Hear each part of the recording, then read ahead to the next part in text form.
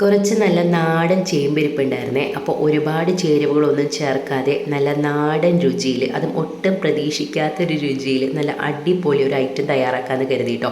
വേറെ നല്ല അടിപൊളി ഒരു ചേമ്പ് മുളക്. അപ്പോൾ നമ്മൾ ചേമ്പൊക്കെ നല്ല പോലെ ഒന്ന് കഴുകി വൃത്തിയാക്കിയിട്ടുണ്ട്. അതിനകത്തോട്ട് 1 ടീസ്പൂൺ മുളക് പൊടി, 1/2 ടീസ്പൂൺ മഞ്ഞൾപ്പൊടി, പാകത്തിന് ഉപ്പും പാകത്തിന് വെള്ളം കൂടി ചേർത്തിട്ട് നമ്മളതൊന്ന് വേവിക്കാൻ വെക്കുകയാണ്.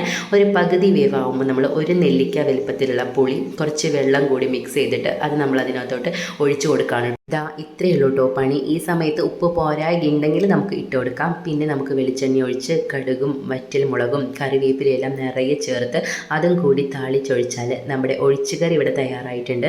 നല്ല അടിപൊളി ടേസ്റ്റാണ്, ഒരു രക്ഷയില്ലാത്ത ഒരു ഐറ്റമാണ് കേട്ടോ. ഇങ്ങനെ നാടൻ കറികളെല്ലാം കൂട്ടി ഊണ് കഴിക്കാൻ ഇഷ്ടപ്പെടുന്നവർക്ക് ഇത് തീർച്ചയായിട്ടും ഇഷ്ടപ്പെടും. അപ്പോൾ ഇതേപോലെ ഒന്ന് തയ്യാറാക്കി നോക്കിയിട്ട് അഭിപ്രായം പറയണം കേട്ടോ. കൂട്ടത്തിൽ നമ്മുടെ ചാനൽ ഒന്ന് സബ്സ്ക്രൈബ് ചെയ്യാനും മറക്കരുതേ. അപ്പോൾ ടാറ്റാ.